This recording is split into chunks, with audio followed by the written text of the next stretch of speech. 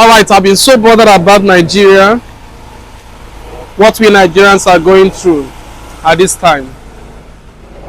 And it has been so worrisome because the government refused to do what they are supposed to do for we Nigerians. Democracy that is meant to be the government of the people, by the people and for the people, has now turned out to be the government of themselves, for themselves and for their children.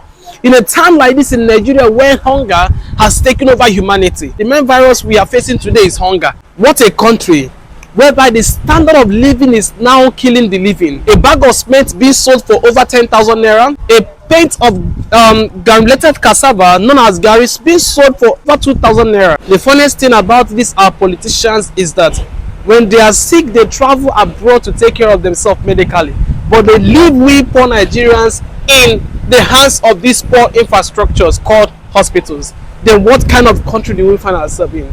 A country whereby the minimum wage can only afford 2 cartons of English. What a sad thing. I watched a certain video whereby GUO bus was attacked along the highway on their way going to East. And I keep asking myself questions. What are the duties of these security operatives?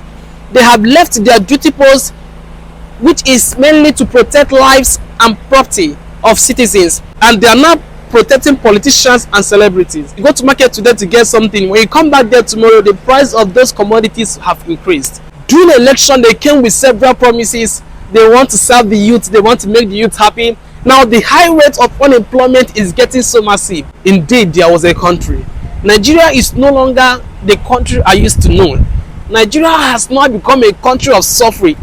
Our mothers and our fathers in the village farming can no longer farm peacefully. Killings and murdering are going on there in the village. Is this what the president promised us? Calling on you, President Tinubu, please attend to the pressing issues of Nigeria. We are passing through a lot. We are suffering. We can't keeping quiet. If we talk, we get executed. If we keep quiet, things get spoiled. So we have to come out and speak. If we don't speak, who will speak for us? So we are pleading on the government to attend to this need. We can't keep smiling and suffering at the same time. It is not easy on us. We are passing through a lot. Hunger has now taken over the community. Go to several streets, people can no longer afford 3 square meals in a day. They cannot even afford 2 square meals. The height of insecurity is something else. The height of killing is something else. Hunger has taken over the community. No more food. A country that does not care about the welfare of their citizens. We can't continue like this. We cannot be suffering and smiling at the same time. That is why we are calling in earnest the government of Nigeria to do something about this eradicating hunger from Nigeria. We are passing through a lot. We are talking about heat, electricity. There's no power supply anywhere in Nigeria. The price of fuel has skyrocketed. Even to get fuel at this fuel station is not very difficult for us. Then what kind of country do we find ourselves in? It is high time they put a stop to this. A country that does not even care if their citizens exist or not. What kind of country is this?